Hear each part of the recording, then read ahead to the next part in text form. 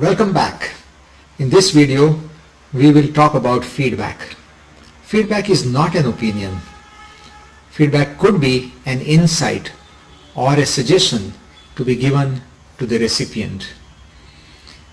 Giving feedback is for the purpose of making the person grow and improve in his chosen field. So in the context of 30 days of breakthrough program, the weekly meetings of the small teams will be used as crucibles for you to receive and give feedback.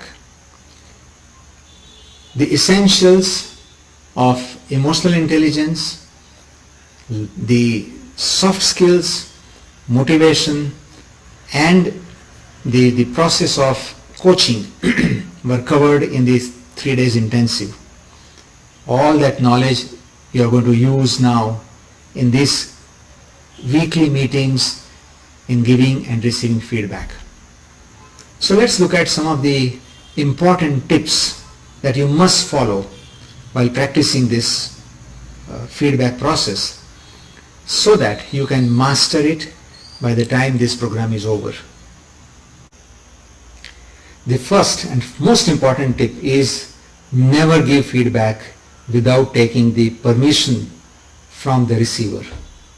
The receiver must be ready mentally and emotionally. So seek his permission and then provide the feedback. Second, if the feedback is positive, do it immediately and in presence of a lot of people. This will help to boost the self-esteem of the person as well as it will motivate him to do more. If the feedback is negative, then please choose your time and place, not in front of people, privately and after seeking his permission. It may work very well for him to receive in the right context and it may help him to improve. The third tip is do not target a person, his identity. No. You give feedback about the behavior part or the action part, the skill part. It should be very pointed, very specific. For example, let's say if your child comes home with poor marks in mathematics, and if you just simply say you're a dull fellow, it's not very specific and you have targeted the person. Instead, if you say, oh, I see, you are getting less marks in mathematics, so why don't you work harder on that?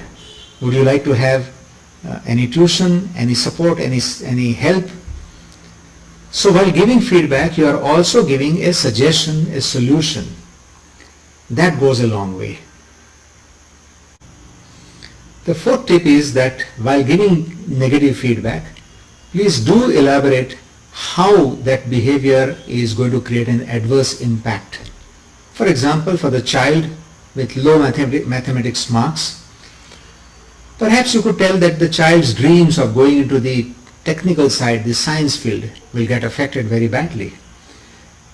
By giving these kind of implications, the person will understand the gravity of the feedback that one receives and he is more likely to work on that.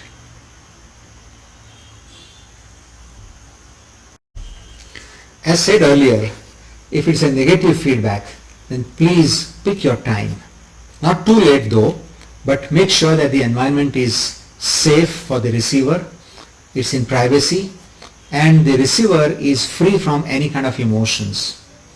But even you must make sure that you are free from your biases and your emotions. Let the feedback process be on objective based.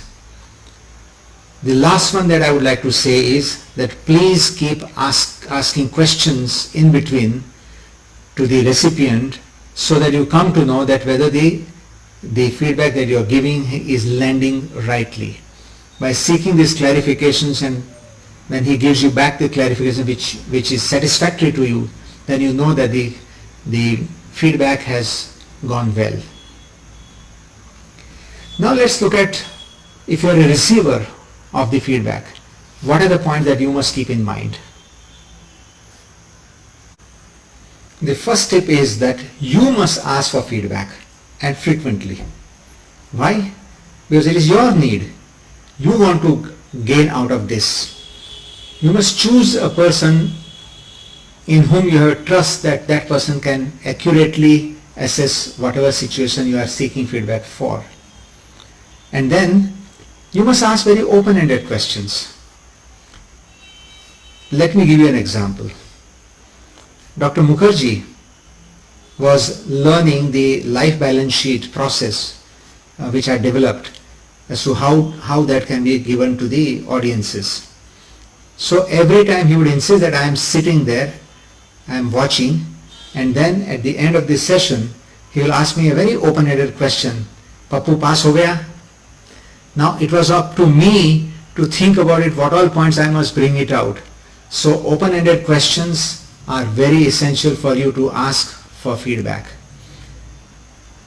The second point that would be important for you is that you must remain free from your own biases when you are seeking the feedback. Otherwise, we had talked about that you are the prisoner of your own thoughts. Your thoughts will protect you and will not allow to receive the meaningful feedback coming in.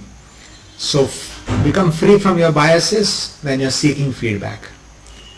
And the next point would be that don't be in a hurry to accept the feedback or even reject the feedback.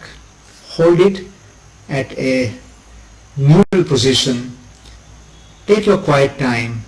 In your time of silence, go through that. Maybe you will be able to connect where it is meaningful and where it is not. Please understand that nobody is perfect, and therefore just asking from one person's feedback is not good enough. You can ask few more people and then pick up the common parameters which are coming out. That may be more meaningful to you. View the feedback positively because it's meant for your growth. And if the feedback is pointing out some kind of your errors or your mistakes, etc., have that inner courage to accept them. Own it up. The moment you've done that, it will make it easy for you to implement the solutions being suggested. And finally, thank the person, express your gratitude, whosoever is giving you this feedback, because you want to keep that path open. And by acknowledging and by thanking, the person also believes that you have received this feedback well, in the good intentions, and that will keep your growth happening all the time. I hope that these tips have been very useful to you, either for giving feedback or receiving. Please practice them on a day-to-day basis, or at least within your weekly meetings in the small group of 7-8 people, and you will see that as the days pass by, you will start gaining confidence of understanding, receiving and giving feedback. It will go a long way for you. Thank you, and see you in the next video.